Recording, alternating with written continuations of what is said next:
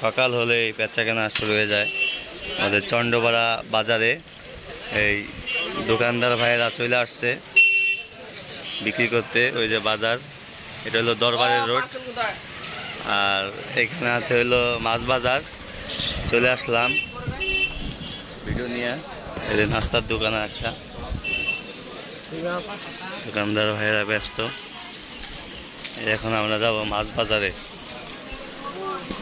মাছ বাজারে যাইতেছি, সবাই আছে।